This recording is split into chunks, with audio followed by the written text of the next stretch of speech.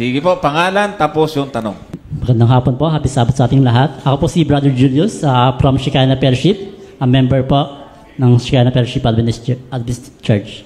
So, ang question ko po ay lately sa mga news naririnig natin yung mainit yung tungkol sa mga faith na nag-lead sa Panginoon. At nabitawan ng Santo Papa, sinabi niya na all faiths leads to God or all religion leads to God. Totoo po ba ito or merong tamang na nag-lead sa Panginoon? Tama ba yon? All religion leads to God or mayroon lamang tamang relihiyon na magdadala sa Panginoon? Sang-ayon ka?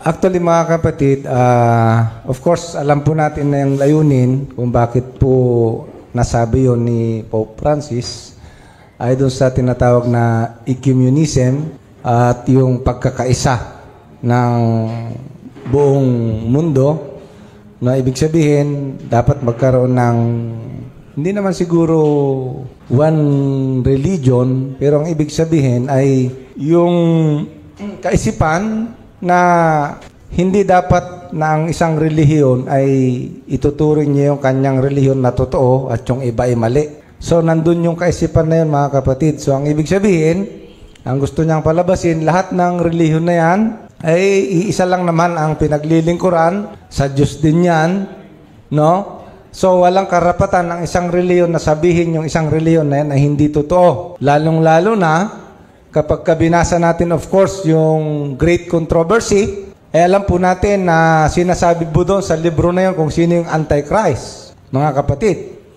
Ngayon, kung titingnan natin doon sa punto na lahat ng reliyon ay papunta sa Diyos, o iisang Diyos lang pinaglilingkuran, eh papaano mong masasabi na yung isang samahan ay Antichrist? Ano?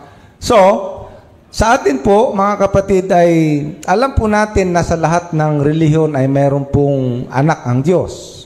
Mayroong mga totoong anak ang Diyos dyan sapagkat yun ang sabi ng Panginoon doon sa isang talata ng Juan. Sa Gis, ang talata po ay 16. Basahin po natin. At mayroon akong ibang mga tupa na hindi sa kulungang ito. Sila'y kailangan din namang dalhin ko at kanilang diringgin ang aking tinig at sila'y magiging isang kawan at magkakaroon ng isang pastor.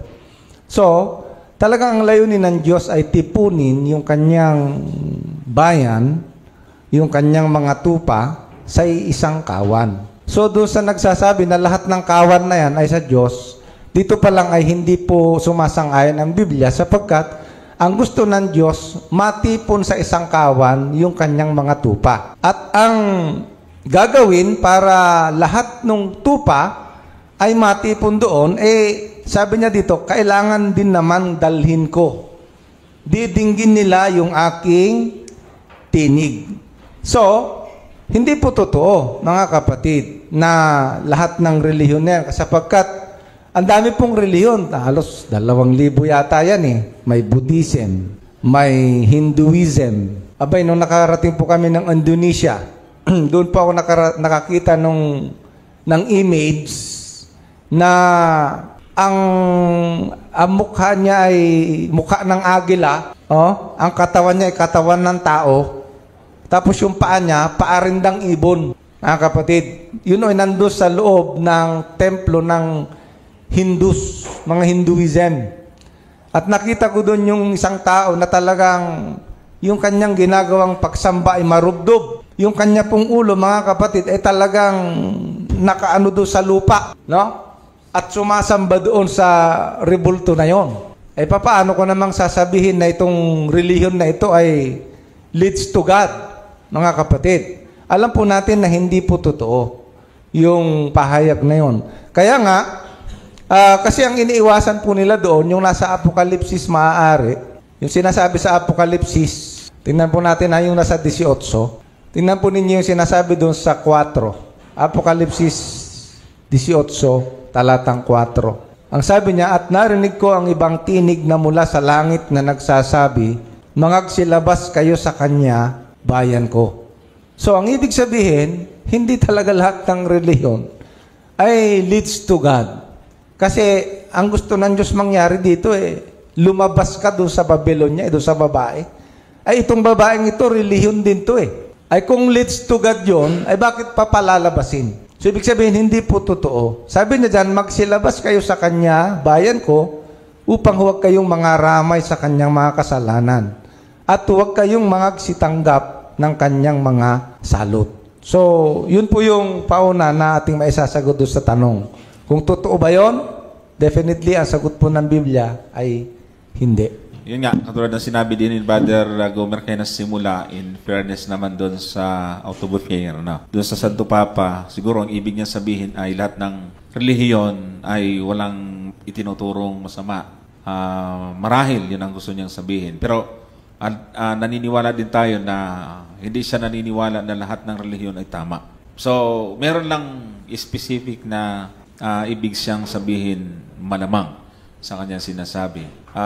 Bagaman, hindi rin totoo na lahat ng relihiyon ay nagtuturo ng tama. Kasi pag pinag-aralan po natin yung mga kulto, meron akong ipapakita dito meron pong kulto dito na hindi talaga natin masasabi na ito ay nagtuturo ng maganda.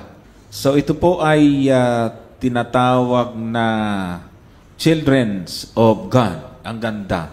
Children's of God. Ito ay pinamunuan ni David Berg. Ang kanya pong aral, founded by David Berg and also known as Family International, is devoted to pedophilia and sex. Ayan, mabuti ba yan? To put it bluntly, the followers of this cult believe that sex with children was natural and right. Based on the belief that apocalypse is coming, this cult used flirty fishing. Nang ibig sabihin ay use of sex to get new members for it. So, paano natin masasabi na ganun pa mang maganda yung kanyang ibig sabihin, pero mali pa rin yung mga terminology na ginamit. Kasi ito ay harap-harapan, mga kapatid. Kapag sinabing flirty fishing, ang ganda pa nga ng kanilang evangelical. Kaya lang, evangelical prostitution. So, yung mga bata ay pinapayagan o makatalik ng kanilang pinuno. At ang kanilang batayan, may talata sila. May verse sila sa Bible at Mateo 4:19 at sinabi niya sa kanila, magsisunod kayo sa hulihan ko at gagawin ko kayong mga mamalakaya ng mga tao. So yun ang kanilang ginamit, bagaman ang layo sa application. Magandang talata pero yung application nila ay mali. So meron din tinatawag na Heaven's Gate na tinatawag po itong American UFO. Religious millenarian na tinatawag doon sa nangyari ito sa San Diego, California, founded in 1874 na pinangunahan ni Marshall Applewhite. So, noong March 26, 1997, meron pong 39 members na nagkaroon ng mass suicide. Nakita po doon sa kanilang mga kwarto, mga patay na. Kasi nagkaroon sila ng doktrina na para makasama ka doon sa isang parang spaceship, kailangan mamatay ka. Kasi pag buhay ka, hindi ka makakasama. Kaya nag-mass suicide. Buti konti lang yung member nila, 39 lang yung diehard or kaya ay loyal na member, 39 lang din yung namatay. Uminom po sila ng cyanide at nagpakamatay. Yan. So marami pong church, mga kapatid. Yung Church of Euthanasia, yan. Yung mercy killing. Bakit? Ito naman, started by Chris Corda in Boston. This is a relatively new religious cult. Apparently, the cult is devoted to restoring the balance between humans and the remaining species on Earth and excessively forbids its members to procreate. So, kaya ang ginagawa nila, mercy killing, ay ito ang ginagawa. This cult also has 4 chief doctrines: suicide, abortion, cannibalism. Ayan. At ito pa ang matindi. And sodomy, sabi dyan, as the sexual act doesn't lead to procreation. They boast of slogan like, save the planet, kill yourself, and eat a queer fetus for Jesus. At saka para hindi magbuntis, pagkasariwa pa at bata pa namatay, habang sariwa pa, pwede mong isex. So saan magkakaroon ng puwang yung sinabi nung ating mabait na Santo Papa. So mali po talaga yun. So yan ang ating sagot doon.